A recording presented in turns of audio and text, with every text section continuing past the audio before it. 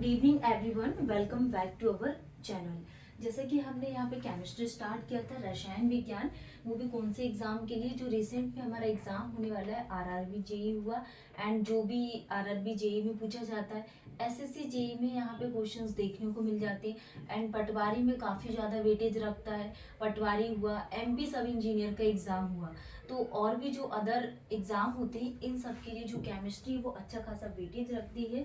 तो जो केमिस्ट्री का वेटेज है हमारे आरआरबी जेई के एग्जाम में 10 से 12 यहाँ पे नंबर ऑफ क्वेश्चंस देखने को मिलते हैं, जो काफ़ी अच्छे क्वेश्चंस बनते हैं। ठीक है, तो आज हम पढ़ने वाले हैं, क्या टॉपिक है हमारा, एसिड बेस एंड सॉल्ट के बारे में। तो हमने एसिड बेस एंड सॉल्ट को स्टार्ट कर दिए थे, एंड 4-5 दिन से इसकी वीडियोस अपलोड नहीं कर पा रही थी मैं, बट आपको हर एक टॉपिक यहाँ पे हर एक लेक्चर्स टाइम टू टाइम आपको अपडेट मिलता रहेगा। ठीक है, जैसे कि हमने यहाँ पे एसिड के बारे में पढ़े थे, एसिड की डेफिनेशन क्या होती है, बेस के बारे में हम लोगों ने ठीक है स्टडी करेंगे। तो हमने इसके कोई अम्ल के बारे में पढ़ा, अम्ल क्या होता है, इसकी डेफिनेशन पढ़े। फिर उसके बाद हमने देखा क्या कार्बनिक अम्ल क्या होता है, कार्बनिक अम्ल के बाद हमने अकार्बनिक अम्ल के बारे में स्टडी किए। ठीक है, आज के टॉपिक में हम इसके टाइप्स में हमारा था क्या, स्ट्रॉन्ग एसिड क्या होते हैं, स्ट्रॉन्ग अम्ल, स्ट्रॉन्ग एसिड को ही क्या बोला जाता है, प्रबल अम्ल बोला जाता है। तो चलिए हम इसकी डेफिनेशन समझते हैं कि एक्चुअल में स्ट्रॉन्ग एसिड होते क्या हैं। तो हम बात करें, वो आयन होते जो जलीय विलयन में पूर्णतः आयनित हो जाती हैं। फॉर एग्जाम्पल के लिए हमने क्या लिए, एक कंटेनर लिए और एसिड लिए, इस एसिड को हमने इस कंटेनर में फिल कर दी तो ये पूर्णतः आयनित हो जाएगा, मतलब कि अपने आयंस में पूरी तरीके से विभक्त हो जाएगा। तो इस प्रोसेस को हम क्या बोलते हैं, स्ट्रॉन्ग एसिड कहते हैं। जो जलीय विलयन में पूर्णतः क्या आयनित हो जाती हैं, अम्ल में प्रोटॉन अर्थात हाइड्रोजन आयन त्याग करने की उच्च क्षमता होती है, मतलब कि जो प्रोटॉन और जो हाइड्रोजन होते हैं वो त्याग करने की उनमें ज्यादा पॉसिबिलिटीज होती है, ज्यादा उच्च क्षमता होती है। तो ऐसी डेफिनेशन क्या कहलाती है, इसको प्रबल अम्ल स्ट्रॉन्ग एसिड बोला जाता है। एग्जाम के पॉइंट ऑफ व्यू से अगर हम बात करें तो जो ज्यादा क्वेश्चंस देखने को मिलते हैं वो इसके एग्जाम्पल से ही क्वेश्चंस देखने को मिलते हैं। 4 ऑप्शन दे देंगे आपको, क्या H2SO4, ठीक है H2SO4 हुआ, सल्फेट दे देगा यहाँ पे, हाइड्रोजन सल्फेट हो गया, और भी यहाँ पे कुछ भी दे देंगे ऑप्शन में, लेकिन जो आपका करेक्ट आंसर रहेगा वो H2SO4 रहेगा। आरआरबी एनटीपीसी में ऑलरेडी पूछा हुआ H2SO4, हाइड्रोजन सल्फेट, हाइड्रोक्लोरिक अम्ल and nitric acid and hydrobromic acid. तो ये स्ट्रॉन्ग एसिड के बारे में बात कर रहे हैं। आपको कमेंट सेक्शन में मेंशन करके बताना है कमेंट सेक्शन में कि सिट्रिक अम्ल किस में पाया जाता है एंड फॉर्मिक अम्ल किस में पाया जाता है। ये 2 आपके लिए क्वेश्चंस। ठीक है, नेक्स्ट हम बात करेंगे इसके टाइप में कि ध्रुवल अम्ल क्या होती हैं। तो ध्रुवल अम्ल को क्या बोला जाता है, वीक एसिड क्या होती हैं। वीक एसिड हम वही बात करें, कंटेनर लिए एसिड को फिल किया, मतलब कि जलीय विलयन में पूर्णतः अगर वो आयनित ना होकर आंशिक रूप से आयनित हो रहा, मतलब कि उसका कुछ भाग उसमें आयनित हो रहा, तो इस प्रोसेस को हम क्या बोलते हैं, ध्रुवल अम्ल बोलते हैं।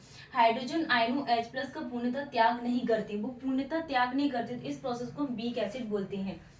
नॉट अगर at the same concentration pH value weak acid, जो हमारे पास वीक एसिड ध्रुवल अम्ल होते हैं इसकी जो पीएच वैल्यू वो ज्यादा रहेगी as compared to strong acid, तो ये क्या कहलाता है, ध्रुवल अम्ल कहलाता है। एग्जाम्पल के लिए एसिटिक अम्ल हो गया, हाइड्रोजन डाइसल्फाइड एंड फॉर्मिक अम्ल। तो आपको कमेंट सेक्शन में बताना है कि फॉर्मिक अम्ल किसका एग्जाम्पल है, एंड एसिटिक अम्ल और हाइड्रोजन सल्फाइड। नेक्स्ट हम देखने वाले इसके टाइप्स के बारे में।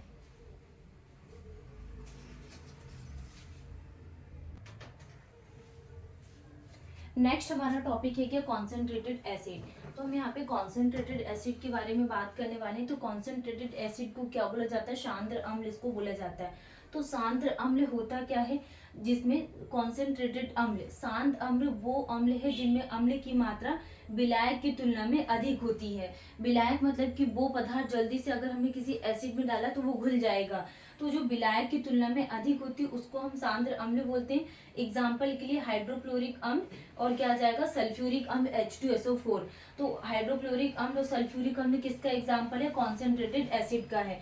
नेक्स्ट हम बात करने वाले यहाँ पे अम्लों के रासायनिक गुणधर्म के बारे में कि केमिकल प्रॉपर्टीज क्या क्या है एसिड की।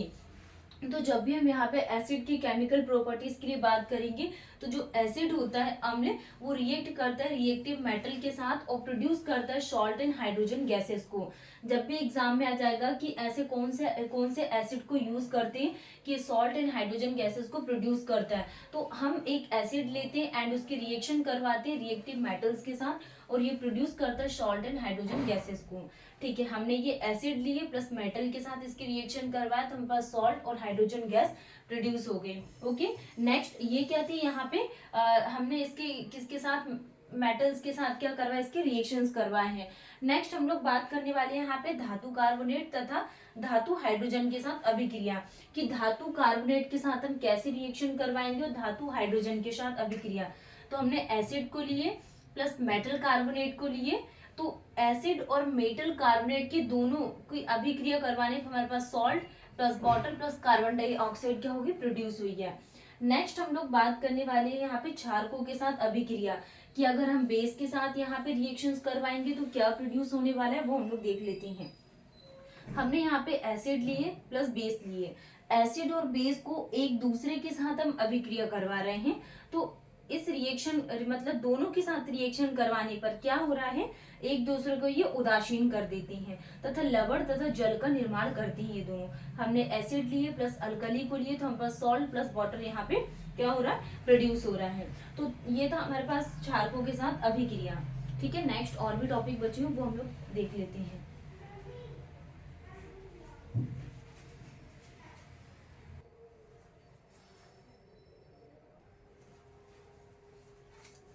नेक्स्ट हमारा टॉपिक है क्या, धात्विक ऑक्साइड के साथ अभिक्रिया। अब हम किसके साथ रिएक्शन करवा रहे हैं, इसके धात्विक ऑक्साइड के साथ अभिक्रिया करवा रहे हैं, मतलब कि रिएक्शन विथ मेटेलिक एसिड। जो मेटेलिक एसिड होते हैं उसके साथ हम रिएक्शन करवा के देखते हैं कि हमें क्या यहाँ पे रिजल्ट देखने को मिलता है। तो अगर हम बात करें यहाँ पे रिएक्शन विथ मेटेलिक एसिड, तो जो धात्विक ऑक्साइड के साथ अभिक्रिया करके लवण एवं जल का निर्माण करते हैं उसको हम क्या कहते हैं, धात्विक ऑक्साइड के साथ अभिक्रिया।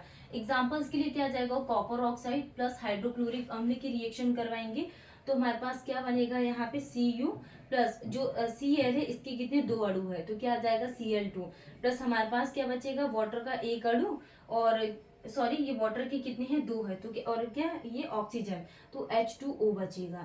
तो क्या बन जाएगा यहाँ पे CuCl2 प्लस H2O।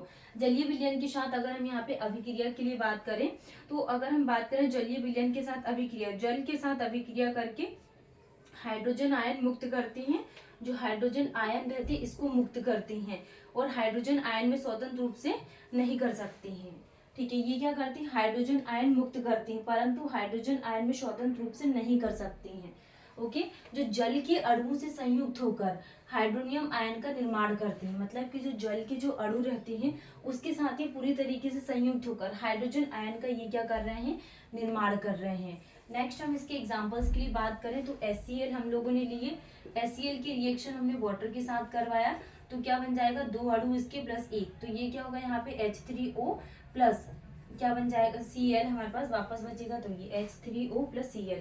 नेक्स्ट हम यहाँ पे टाइप्स ऑफ एसिड्स के बारे में बात करने वाले हैं एंड वो एसिड्स है जिसको हम लोग कहाँ कहाँ यूज करते हैं तो वो हम डिस्कस कर लेते हैं। नेक्स्ट हम लोग बात करने वाले हैं यहाँ पे जो टाइप ऑफ एसिड है इसके बारे में, कि कितने टाइप के एसिड होते हैं, क्या केमिकल फॉर्मूला होता है, कहाँ हम लोग इसका यूज करते हैं। तो आज हम लोग देखते हैं कि एसिड कितने टाइप के हैं। हाइड्रोक्लोरिक एसिड के लिए केमिकल फॉर्मूला होता है कि हाइड्रोक्लोरिक एसिड HCl। क्या फॉर्मूला होता है, HCl। तो इस HCl को यूज़ हम कहाँ पर करते हैं, जैसे टॉयलेट वगैरह में यूज़ करते हैं, वॉशरूम में यूज़ करते हैं, वॉशरूम को क्लीन करना उसके लिए यूज़ करते हैं toilet cleaner, gastric juice and metal cleaner. Metal वगैरह को क्लीन करने के लिए हम किसको, हाइड्रोक्लोरिक एसिड का यूज़ करते हैं। नेक्स्ट हम यहाँ पे कार्बनिक एसिड्स के लिए बात करें तो इस कार्बनिक एसिड का फॉर्मूला क्या होता है, H2CO3। क्या फॉर्मूला होता है, H2CO3 फॉर्मूला होता है कार्बनिक एसिड का, और इसका यूज कहाँ पे करते हैं, club soda, soft drinks and blood buffer में यूज किया जाता है किसका, कार्बनिक एसिड का। नेक्स्ट हम यहाँ पे सल्फ्यूरिक एसिड के लिए बात करें तो सल्फ्यूरिक एसिड के लिए केमिकल फॉर्मूला क्या होता है, H2SO4।